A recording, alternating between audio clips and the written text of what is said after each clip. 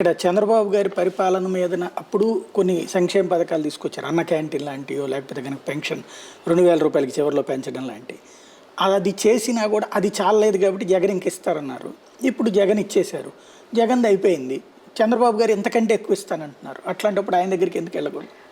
అదే అంటున్నాను కదా, చంద్రబాబు నాయుడు 14 సంవత్సరాలు ముఖ్యమంత్రిగా ఉన్నాడు. ఈ 14 సంవత్సరాల్లో పిల్లలకు సంబంధించిన విద్య కోసం ఏం చేశాడు, ప్రజలకు సంబంధించిన ఆరోగ్యం గురించి ఏం చేశాడు, ఇల్లు లేని పేదవాళ్ళకి ఇల్లు ఎన్ని ఇచ్చాడు, ఇవన్నీ చూస్తే మీకే అర్థమవుతుంది. ఏ ఇంటికైనా కావాల్సింది ఉండటానికి గౌరవంగా ఒక ఇల్లు, తమ బిడ్డలకి చక్కటి చదువు, అలాగే తమ కుటుంబం మొత్తానికి మంచి ఆరోగ్యం, ఇవన్నీ ఫ్రీ ఆఫ్ కాస్ట్ ఎక్స్పెక్ట్ చేస్తారు middle class and below middle class.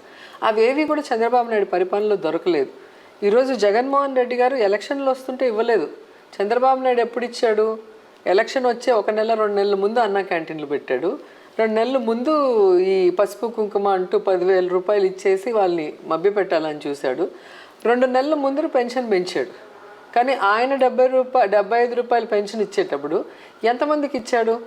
కొత్త పెన్షన్ ఇవ్వాలి అంటే ఉన్నవాడు చచ్చిపోతే తప్ప కొత్తవాడికి ఇచ్చేవాడు కాదు. కానీ ఎప్పుడైతే వైఎస్ఆర్ గారు వచ్చారో ఎంతమంది లబ్ధిదారులు ఉంటే అంతమందికి పెన్షన్ ఇవ్వటం అనేది వైఎస్ఆర్ గారు స్టార్ట్ చేశారు. ఆ తర్వాత జగన్మోహన్ రెడ్డి గారు ఈరోజు ఏ విధంగా చెప్పాడు? 3,000కి తీసుకెళ్తా అన్నాడు. ఈరోజు 3,000 వరకు ఎవ్రీ ఇయర్ 250 పెంచుకుంటూ మాట మీద వచ్చాడు. అంతేగాని ఎలక్షన్ ముందు ఎత్తుకొచ్చి ఇవ్వట్లేదు. అది మనం గమనించాల్సిన ఫస్ట్ ఇష్యూ.